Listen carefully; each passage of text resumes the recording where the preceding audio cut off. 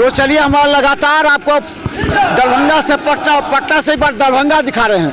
ये दरभंगा के सोबन में आपको देखें, सोबन में पीछे बोलो, सोबन में देखिए यहाँ पर आपको हम बता दें ये पूरा गाड़ियों के काफिला के साथ आर.के. जो चौधरी हैं, आर.के. चौधरी, वो यहाँ पर गाड़ी के काफिले के साथ निकल रहे हैं। आगे आओ, गाड़ी के काफिले के साथ निकल रहे हैं। देखिए यहाँ पर, और यह बता दें करीब दर्जनों गाड़ियां हैं इनके साथ।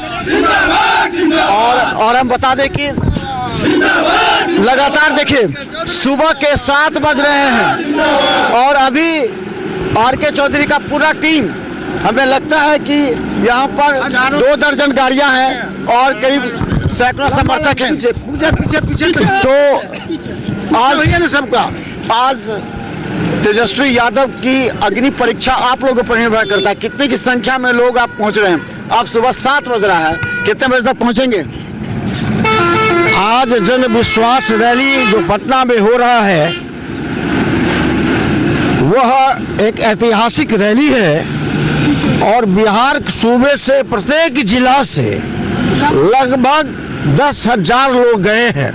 मैं समझता हूं लाखों की संख्या में वहां लोग होंगे।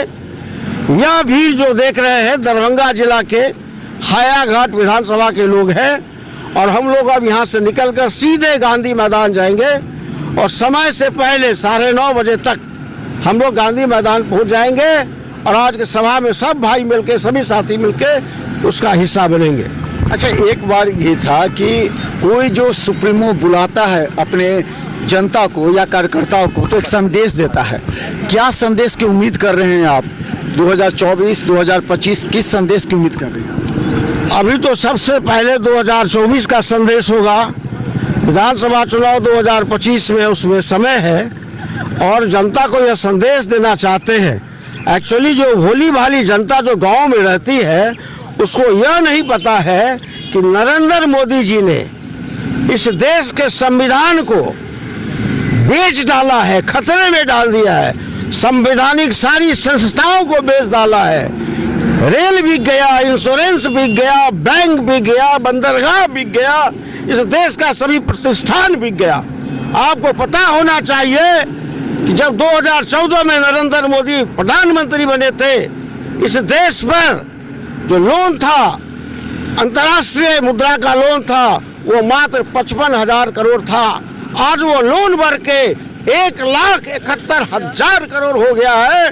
जो जीडीपी होता है देश का, जीडीपी में 85% लोग लोन से दबे हुए हैं। देश कंगाली के हाथ पर चला जाएगा, क्योंकि सिर्फ कर्जा करके देश को चलाने से देश उन्नति नहीं करता है। लेकिन आपके राजद विधायक नहीं समझ रहे हैं, लगातार टूटते जा रहे हैं, बीजेपी की तरफ आ रहे हैं। तो क्या राजद विधायकों का भी मनोबल गिर रहा है? लालू प्रसाद सबको एक करने में लगे हैं, लेकिन आपके राजद लगातार टूटे, 5 चले गए। राजद विधायक चले गए, अब उन विधायकों की निजी राय क्या है यह मैं नहीं जानता हूँ, पर इतना जान लीजिए कि राजद का विधायक, राजद का कार्यकर्ता हमारे पार्टी के सुप्रीमो श्री लालू प्रसाद जी के साथ है और साथ रहेगा। अंतिम सवाल, मेरे मन में काफ़ी दिनों से ये सवाल आ रहा था कि आखिर 2020 में जो चुनाव हुए थे, क्या तकनीक भूल थी राष्ट्रीय जनता दल की जो मैनेजमेंट है उसको? हायाघाट, दरभंगा शहरी क्षेत्र, बहादुरपुर और केटी, ये 4 जो जीतने वाली जगह थे, अलीनगर, ये सभी हार गए। तो क्या लगता है कि इस बार तकनीक रूप से इसको समझेगा कि हाँ ये कमी दूर हो जाएगी ताकि अगले बार जो मजबूत हो, क्योंकि विधानसभा से ही लोकसभा मजबूत होगा, तो कैसे आप मजबूत कीजिएगा? ये 2020 में जो बीत गया वो लौट के अब आने वाला नहीं है। अब आने वाला 2025 है। तो जो पार्टी से भूल हुई या जो भी गलती हुई वो भूल अब दोहराया नहीं जाएगा। पार्टी के संज्ञान में पूरी बात है और जान लीजिए कि 2025 के चुनाव में सीटों का सिलेक्शन, उम्मीदवारों का चयन इस तरह से होगा कि राष्ट्रीय जनता पार्टी किसी भी हालत में 2025 में अपना सरकार बनाएगी और सूबे के जनता का कल्याण करेगी। एक बात और मैं बता देना चाहता हूँ, लोग कहते हैं कि तेजस्वी यादव पढ़ा लिखा नहीं है। मैं इतना बता देता हूँ, तेजस्वी यादव एक अवतरित पुरुष है।